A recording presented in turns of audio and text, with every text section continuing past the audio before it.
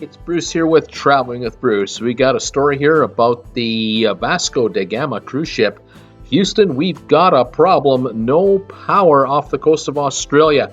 By the way, thank you folks for subscribing to Traveling with Bruce and giving my video updates thumbs ups. I really appreciate it.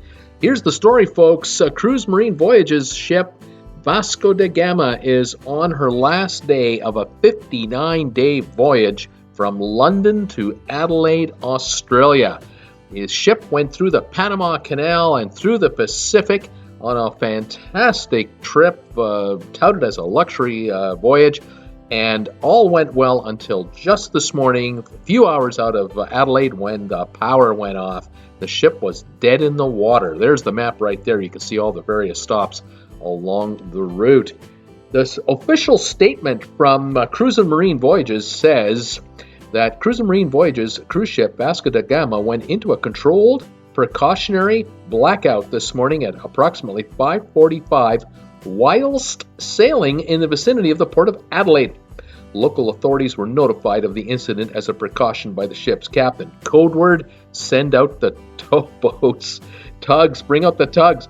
An alarm light on the engine control room's panel led the vessel's officers to indicate a controlled blackout as a precaution against damage to systems on board and in order to investigate the alarm. Translation: the light went on, shut everything off. We don't know what the problem is.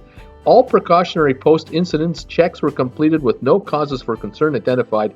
Power was fully restored later in the morning and the vessel resumed sailing towards the port of Adelaide per its schedule itinerary. There's a picture of the port of Adelaide. That's the QE2 sitting there, just so you know. The ship did make it into the port of Adelaide 4 hours behind schedule. Passengers were not amused. They were calling on cell phones to media outlets on land to find out if they could tell them what was happening because the crew was not talking.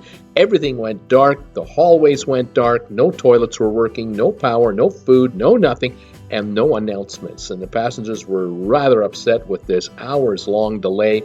And like I said, they started calling media just to see what the heck was going on. Good news, the ship made it in. It wasn't that far offshore. And now the journey is over and everyone is safe. That's the story today about the Vasco da Gama cruise ship just off of Adelaide, Australia. Thanks for joining me today, everybody. Have a good one. Bye for now.